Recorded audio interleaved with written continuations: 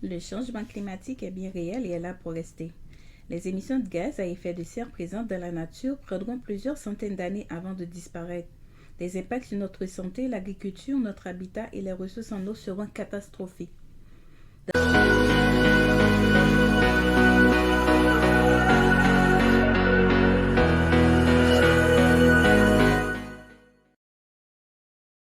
Dans nos dernières vidéos, nous avons énuméré les impacts et les risques du changement climatique sur l'agriculture et l'écosystème, sur les ressources en eau, sur la santé humaine et sur l'industrie, l'habitat et société.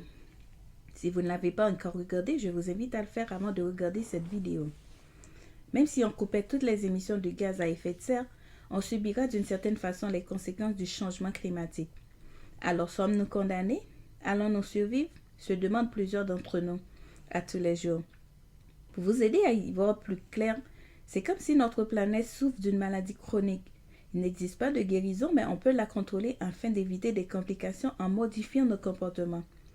Nous avons deux choix à faire. Laisser les choses comme elles sont et attendre plusieurs années, espérant que le changement climatique va disparaître ou faire une différence. Si nous optons pour le deuxième choix, nous avons deux actions à entreprendre. Atténuer les risques et nous adapter. Mais qu'est-ce que l'atténuation? La mitigation ou atténuation est aussi appelée réduction des gaz à effet de serre. C'est la modification et substitution des techniques employées dans le but de réduire les ressources engagées et les émissions de gaz à effet de serre par unité de production. Le groupe d'experts intergouvernemental sur l'évolution du climat propose plusieurs scénarios possibles. Le plus optimiste serait de ne pas dépasser une hausse de 1,5 degré C par de très faibles émissions avec un point culminant avant 2050, ce qui semble plutôt improbable que probable. Le scénario qui est encore possible serait de limiter le réchauffement d'ici 2100 à 2 degrés C. Par contre, demande des actions très vigoureuses et immédiates. Comment pouvons-nous tous contribuer à réduire les émissions de gaz à effet de serre? Voici quelques exemples. Remplacer les combustibles fossiles par des énergies renouvelables, repenser notre façon de planifier et de construire, utiliser moins de ressources, utiliser le transport en commun au lieu de l'automobile. L'adaptation. L'adaptation est un complément indispensable de l'atténuation dans la lutte contre le changement climatique. L'adaptation au changement climatique est l'ensemble des activités qui, d'une part, limitent les impacts négatifs de ce changement et d'autre part, favorisent l'accès aux nouvelles possibilités offertes par ce même changement. Le changement climatique existe déjà et continuera d'exister. Alors nous n'avons pas le choix de nous adapter.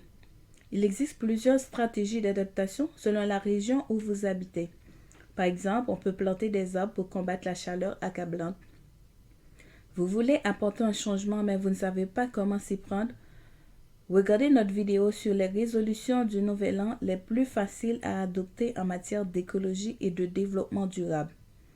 Une chose est sûre, nous vivons les derniers jours, comme la Bible l'a prédit, mais personne ne connaît la date exacte de la fin du monde.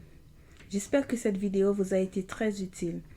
Nous apprécions que vous restiez avec nous jusqu'à la fin. Si vous n'avez pas encore souscrit à cette chaîne, nous vous invitons à le faire. Aimez cette vidéo et assurez-vous de cliquer sur la cloche de notification afin de ne jamais manquer une vidéo. Bye pour l'instant, on se verra la semaine prochaine.